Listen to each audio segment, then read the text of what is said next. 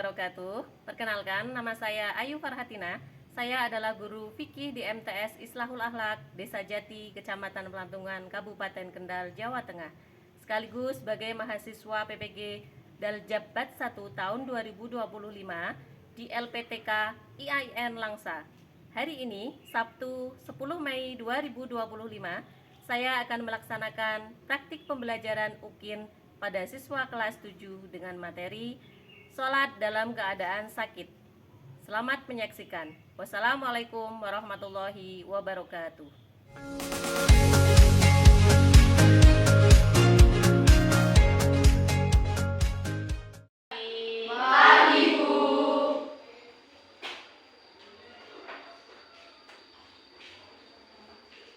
Assalamualaikum warahmatullahi wabarakatuh. Waalaikumsalam warahmatullahi wabarakatuh. Oke, untuk mengawali pagi hari ini, marilah kita berdoa terlebih dahulu. Ada yang mau memimpin berdoa? Mas Naufal, silakan Mas Naufal. Berdoa siap. Berdoa mulai. A'udzu billahi minasyaitonir rajim. Bismillahirrahmanirrahim. Raditu billahi rabba wa bil islami dina wa bi Muhammadin nabiyya wa rasulah. Rabbi zidni ilman nafi'a warzuqni fahma wasi'a. Rabbi ishrah li sadri wa yassir li amri wahlul 'uqdatam min lisani yafqahu qawli. Amin. Dan seperti biasa juga, marilah kita sebelum mulai pembelajaran membaca Asmaul Husna bersama-sama ya. Bismillahirrahmanirrahim. Bismillahi badana walhamdulillahirrabbina wassalatu wassalam bin nabi habibina. Ya Allah ya Rabbana anta masutuna ridhoka madlubuna dunyana wa urana. Oke, untuk selanjutnya, apakah ada teman kalian yang tidak masuk hari ini? Ya. Alhamdulillah sehat semua ya.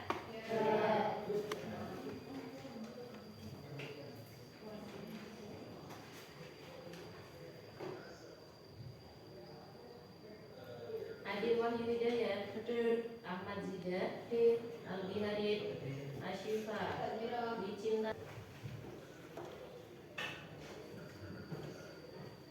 Oke, sudah pada sarapan semua? Alhamdulillah. Sebelumnya, Guru ingin memeriksa kerapian dari masing-masing kalian. Coba dilihat masing-masing kalian, sudah rapi apa belum? Mas Wikil, coba berdiri. Ya, rapi ya. Mas Asfa, berdiri Mas Asfa. Oke, sudah rapi, sudah ya.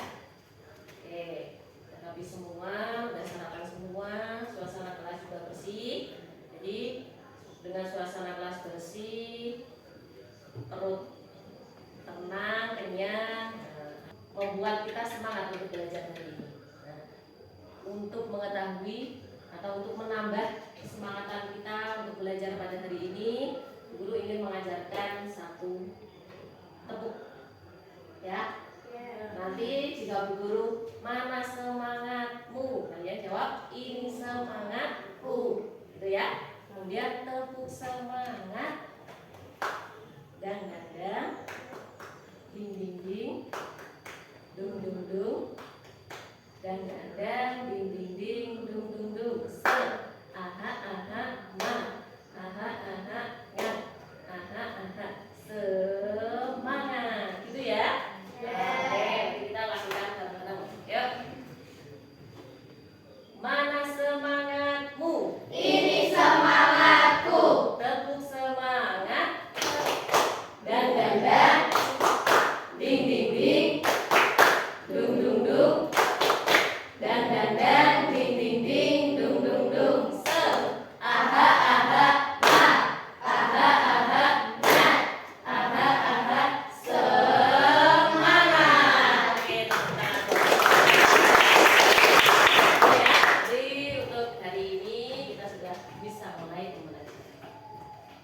Sebelumnya,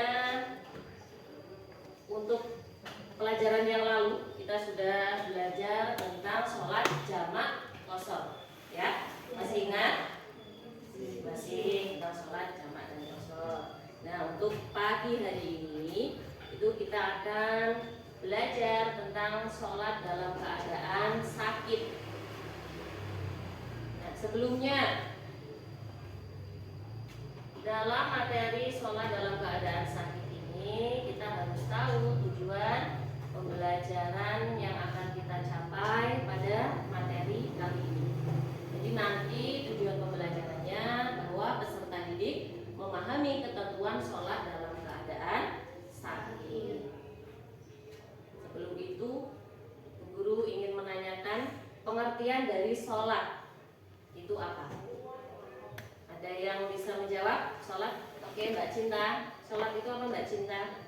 Sholat adalah tiang agama. Seseorang dapat dikategorikan sebagai muslim apabila ia melaksanakan sholat. Oke, sholat adalah tiang agama. Tiang, jadi kalau sudah membahas tentang tiang agama, itu kan tumpuannya kita, ya.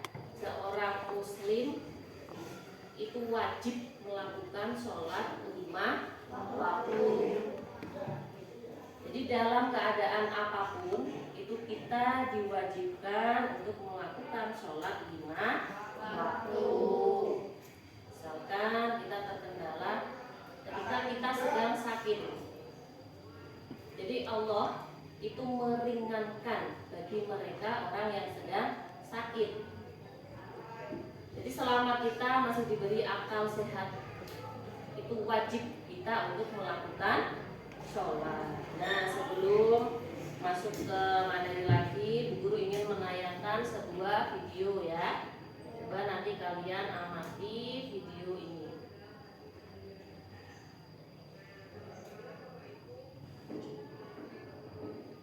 Sholat fardu harus dilaksanakan dengan cara berdiri. Lantas bagaimana jika kita tidak mampu berdiri? Apakah kewajiban sholat kita akan gugur? Selamat datang di Agama Islam.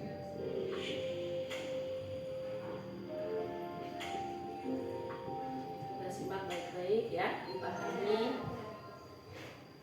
Assalamualaikum warahmatullahi wabarakatuh. Selamat datang di tutorial Islami persembahan dari channel Lim Production. Kali ini kita akan membahas tentang sholatul ajiz atau sholatnya orang yang tidak mampu. Pada dasarnya sholat fardu itu harus dilaksanakan dengan cara berdiri. Lalu bagaimana jika ada seseorang yang tidak mampu sholat dengan cara berdiri? Ada beberapa tingkatan atau level sholatnya orang yang tidak mampu berdiri. Apabila dia kehilangan kemampuan untuk berdiri sendiri, maka dia diperbolehkan untuk berdiri menggunakan alat bantu seperti tongkat atau berdiri dengan berbagai itu. Jika seseorang benar-benar tidak mampu sholat dengan cara berdiri, maka dia diperbolehkan untuk sholat sambil duduk dengan cara apapun. Tetapi yang lebih utama adalah dengan cara duduk iftirash, kemudian duduk tawarruk, duduk tawarruk, duduk tandik, bahkan dia juga diperbolehkan sholat sambil duduk di atas kursi. Sebenarnya antara sholat dengan berdiri dan juga sholat dengan duduk, ini perbedaannya tidak terlalu signifikan. Yang membedakan hanyalah ketika rukuk dan juga sujud. Ketika seseorang melaksanakan sholat dengan cara duduk, maka rukuknya adalah dengan cara menundukkan kepalanya hingga sejajar dengan lutut. Untuk sujudnya, ketika dia masih mampu melaksanakan sujud seperti umumnya, maka dia diwajibkan melaksanakan sujud seperti umumnya. Baru ketika nanti dia tidak mampu sujud seperti biasanya, maka cara sujudnya adalah dengan cara agak menundukkan lebih dalam daripada rukuknya. Nah, selesai sudah pembahasan kita tentang sholat dengan cara duduk. Lalu bagaimana ketika seseorang tidak bisa melaksanakan sholat dengan duduk? Jika seseorang tidak mampu sholat dengan duduk, maka sholatnya ini dengan cara tidur miring ke kanan dengan menghadapkan wajah dan juga badannya ke arah kiblat.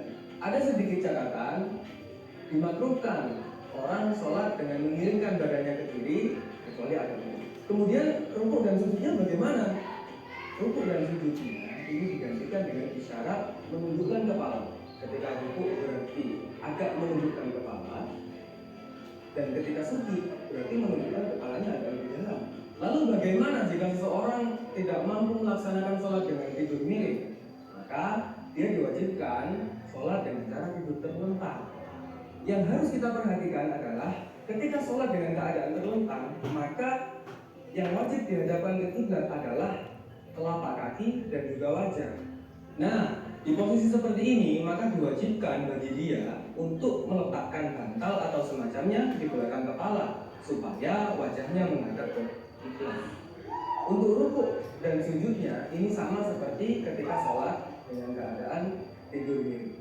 Ketika dia tidak mampu menundukkan kepala, maka isyaratnya diganti dengan kedinginan mata. Apabila sudah tidak mampu sama sekali, dia masih diwajibkan melaksanakan sholat dengan cara isyarat. Intinya apa sih? Selama kita masih mempunyai akal yang sehat, maka kita masih diwajibkan untuk melaksanakan sholat dengan waktu. Demikian tutorial Islami kali ini. Like video ini, share ke teman-teman kalian, subscribe channel Link Production, nyalakan lonceng notif. Ya. Nah, dengan penayangan video tadi, jadi kita sekarang sudah sedikit ada bayangan ya. Jadi tidak ada alasan lagi untuk kita tidak melaksanakan sholat kecuali bagi perempuan yang sedang haid itu memang tidak boleh. Ya. Jadi semuanya saja. Misalkan apalagi kok hanya sakit gigi misalnya ya, jangan beralasan hanya dengan sakit gigi kalian tidak melaksanakan sholat. Nah, sholat itu bisa dilaksanakan ketika tidak mampu untuk berdiri, kita bisa melaksanakan sholat sambil duduk. Jika duduk tidak mampu, kita boleh melaksanakan sholat dengan cara berbaring. Jika tidak mampu lagi, silahkan sholatlah dengan cara terlentang, dan misalkan kok sudah ketiganya itu sudah tidak bisa kita lakukan, silahkan sholat dengan isyarat kita. Yang penting niatnya kita, ya. Jangan ada alasan lagi kita ketika sedang sakit kita meninggalkan sholat, itu tidak, itu ya.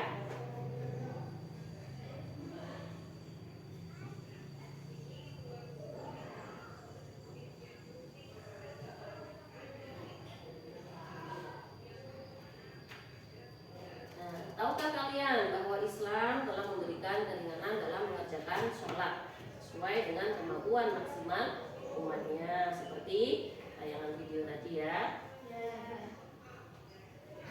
Nah, penjelasan yang lebih konkretnya ini, cara sholat sambil duduk. Jadi sikap awal itu adalah dengan duduk iftirosh tadi ya. Duduk iftirosh itu duduk yang seperti apa? Ketika kita melakukan tasyahud awal, nah itu duduk iftirosh namanya ya. Untuk niatnya, takbiratul ihramnya, doa iftitahnya, bacaan al-fatihah dan bacaan Al-Quran itu caranya sama persis dengan sholat ketika berdiri.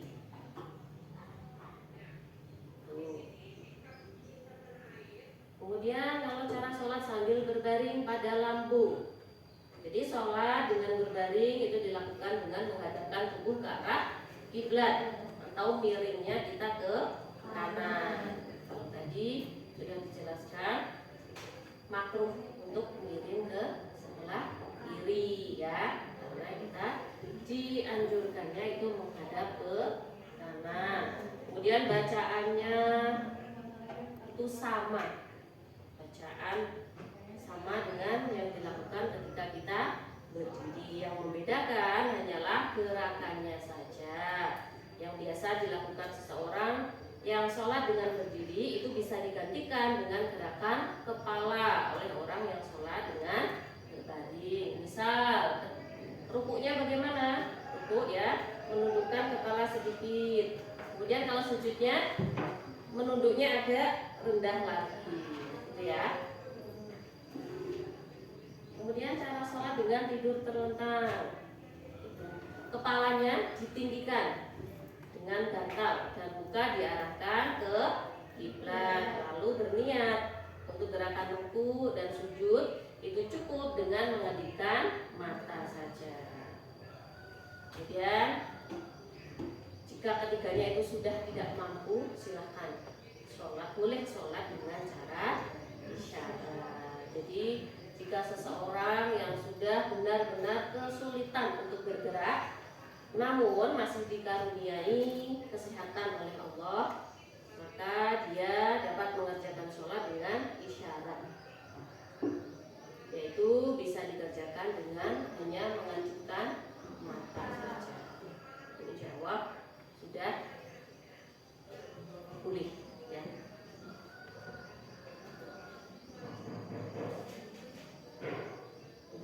Terima kasih.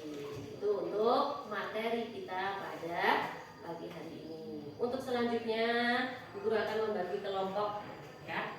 Karena ini berjumlah 17 siswa. Jadi guru akan bagi menjadi 4 kelompok ya. Untuk kelompok 1 itu ada 5. Untuk kemudian kelompok 2, 3 dan 4 itu berjumlah 4. Silakan membagi kelompok masing-masing. Di lembar soal ini tidak ada perintahnya ya. Jadi silakan kerjakan tugas kelompoknya sesuai perintah yang ada di lembar kerja. Kelompok 1. Nanti dikasih nama ya.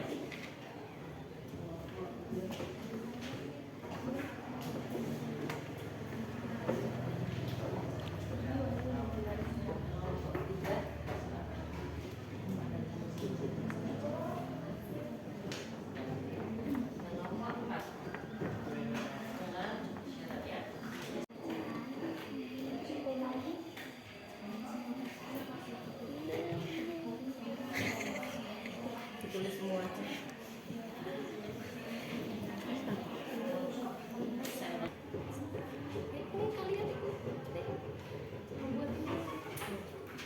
Baca kelompoknya.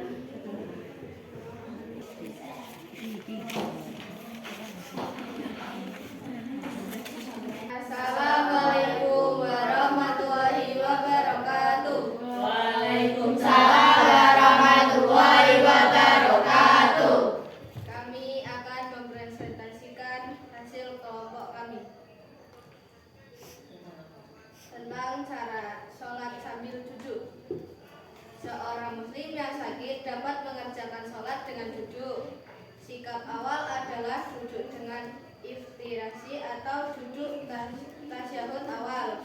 Mengenai niat, sikap awal adalah mengenai niat takbiratul ihram, bacaan doa iftitah, bacaan al-fatihah, dan bacaan surat al-Quran. Caranya sama halnya dengan saat mengerjakan sholat dengan berdiri.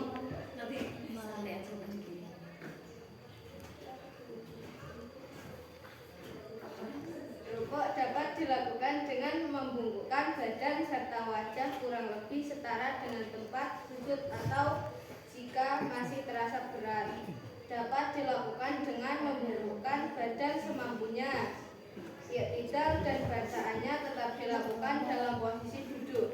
Sementara untuk sujud dua kali duduk di antara dua sujud beserta bacaannya, duduk tasyahud akhir dan bacaan salamnya sama persis seperti yang dikerjakan dalam sholat dengan berdiri.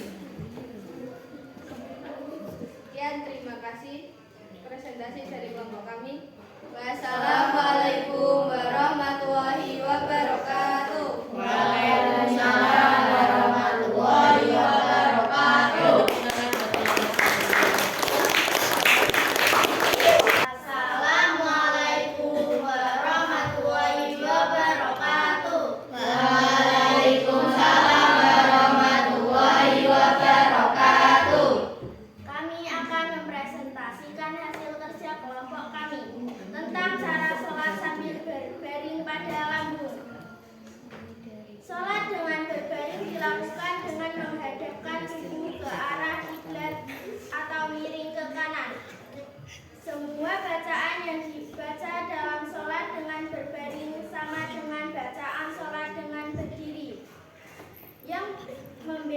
hanyalah gerakan yang biasa dilakukan seseorang yang sholat dengan berdiri digantikan dengan gerakan kepala oleh orang yang mengerjakan sholat dengan berbaring. Sekian presentasi dari kami. Wassalamualaikum warahmatullahi wabarakatuh. Waalaikumsalam warahmatullahi wabarakatuh. Assalamualaikum warahmatullahi wabarakatuh.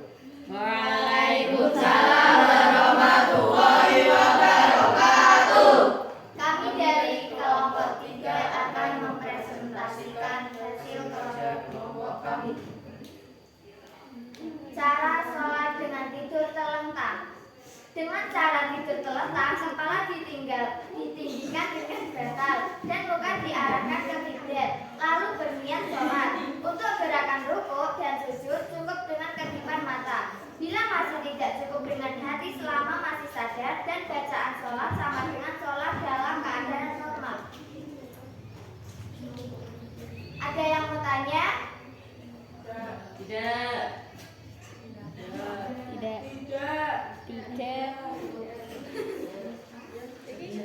Sekian presentasi dari kami. Wassalamualaikum warahmatullahi wabarakatuh. Waalaikumsalam warahmatullahi wabarakatuh.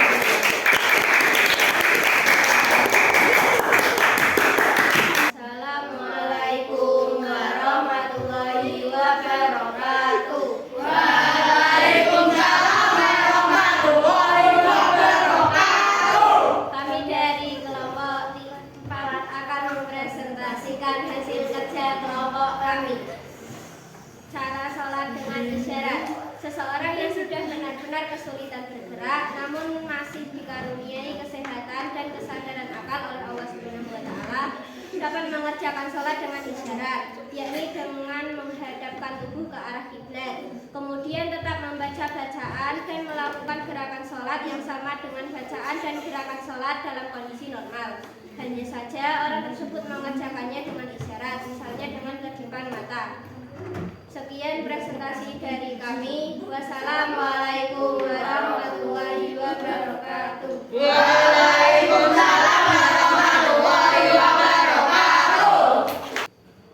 Oke, dari 4 kelompok tadi sudah melaksanakan tugasnya dengan baik ya. Jadi kesimpulan yang bisa kita ambil pada pelajaran kali ini tentang sholat dalam keadaan sakit itu adalah bahwa sholat itu tetap menjadi kewajiban utama bagi setiap muslim, bahkan dalam situasi sulit atau darurat, karena Allah memberikan keringanan bagi umatnya yang tidak mampu melaksanakan sholat seperti biasa.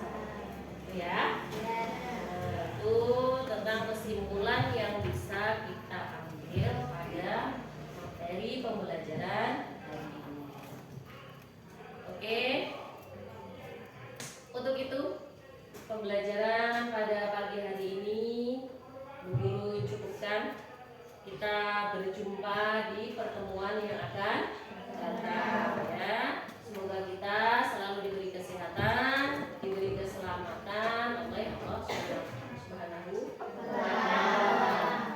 Oke, sebelum Bu Guru tutup pertemuan kita pada pagi hari ini, Bu Guru ingin memberi pantun ya. Nanti kalian bilang cakep gitu ya.